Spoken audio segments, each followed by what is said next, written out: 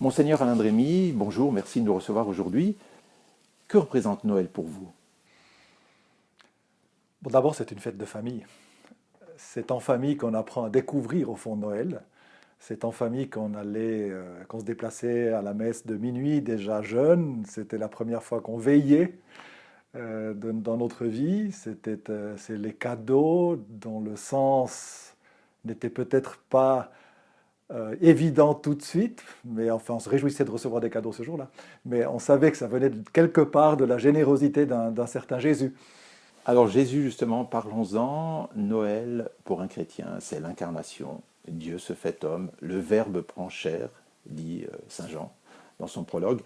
Comment est-ce qu'on peut parler de l'incarnation aujourd'hui? Est-ce que c'est un mot que vous pourriez employer aujourd'hui dans une homélie de Noël, ou comment est-ce que vous le diriez à votre manière?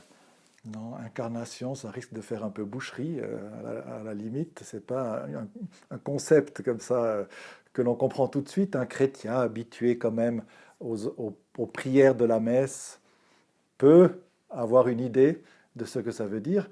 Mais Dieu s'est fait homme. Je crois que c'est la manière de le dire plus claire pour les gens d'aujourd'hui. Ouais. Et cet homme, ce Dieu fait homme, un moment, va vivre sa vie, va souffrir, va mourir, va ressusciter, et avant de mourir, il donnera son corps à nouveau. Quel lien faites-vous entre justement la naissance du Christ et l'Eucharistie?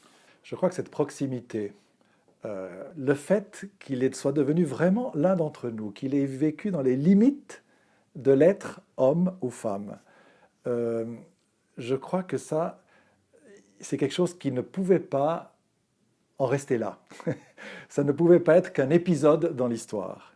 Et on comprend alors cette dernière scène, ce dernier repas rituel de la Pâque, où Jésus surprend en disant « Ceci est mon corps, ceci est ma chair, ceci est mon existence humaine, se prolongeant parmi vous. » C'est assez extraordinaire. Donc cet étonnement que l'on a sur le fait que Dieu s'est fait homme se poursuit à l'Eucharistie dans le fait que Jésus reste, ceci est mon corps, ceci est mon sang, chaque fois qu'on le célèbre, chaque fois que vous ferez cela en mémoire de moi, je serai avec vous, c'est moi qui suis là.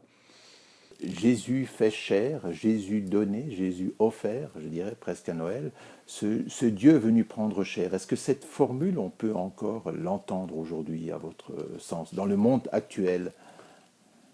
Évidemment, l'expression chair est une expression biblique qui veut dire pas seulement la viande humaine, mais c'est vraiment l'être humain dans sa fragilité, en même temps dans son unicité, dans sa dignité, c'est tout l'être humain, mais en soulignant peut-être un peu plus son aspect fragile.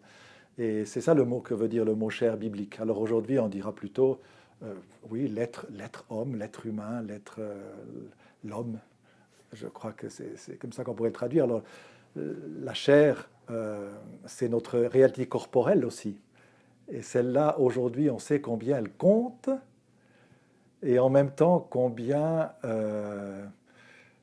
on ne compte pas assez dessus finalement. Elle compte parce qu'il y a tout ce culte du corps et en même temps, on est très loin de la foi qui croit que ce corps a un avenir éternel, mystérieux, mais quand même, cette personnalité de notre âme qui s'est exprimée par une réalité charnelle, par le corps, même cette expression de l'âme corporelle, l'expression corporelle de l'âme a un avenir. C'est ce que nous croyons en disant résurrection.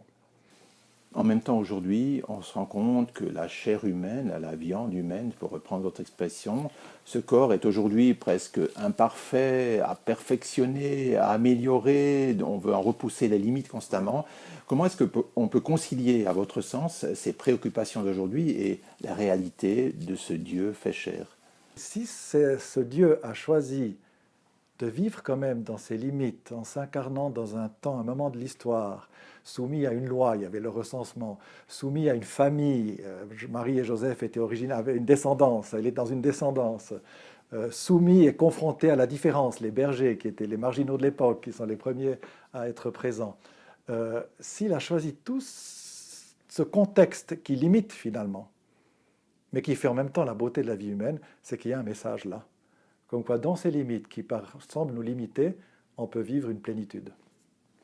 Certains pères de l'Église disent « Dieu a pris notre humanité pour que nous soyons appelés à sa divinité ». Est-ce que c'est un peu le sens de votre message? Oui, Dieu a pris notre humanité pour que nous soyons capables de vivre sa divinité. Et déjà maintenant. S'il a pris notre humanité, c'est que la divinité est à vivre maintenant. Ouais. Alain Drémy, vous êtes aussi l'évêque des médias au niveau de la Suisse. Comment est-ce que cette réalité, ce message à la fois de l'incarnation et ce message de la résurrection, on vient d'en parler, comment ce message-là peut s'incarner à travers les médias, à votre sens? Je pense que personne n'a un regard sur l'être humain aussi respectueux, aussi sacré que nous chrétiens. Et je pense que ça devrait pouvoir transpercer dans les médias. Quand un chrétien agit ou fait quelque chose médiatiquement, transmet, il a en lui ce respect pour ceux qu'il regarde, observe, des hommes autour de lui.